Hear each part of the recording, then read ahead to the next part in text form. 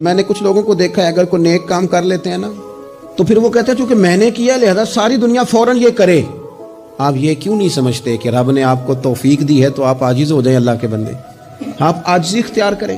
وہ کہتے ہیں چونکہ میں کرتا ہوں لہذا میں اب اتنا بڑا آدمی ہوں تو فلانے فلانے فلانے فلانے بندے تو ٹھیک ہی نہیں.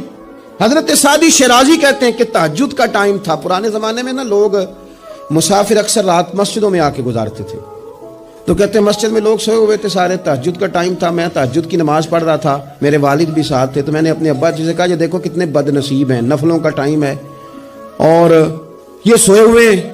تو فرماتے ہیں میرے والد کہنے لگے کاش تو بھی سویا ہی رہتا, لوگوں کے کپڑے تو نہ پھاڑتا. او خدا کے بندے اگر تو نے پڑھی ہے تو تیرا اور رب کا رشتہ ہے, اس کی بنیاد پر تو دوسروں کو حقیر جاننے لگ گیا. علم پڑھے دا مان نہ کریے ماتا کی میں پڑھیا, او جبار کہار کہاوے متے روڑ دے میں دودھ کڑیا.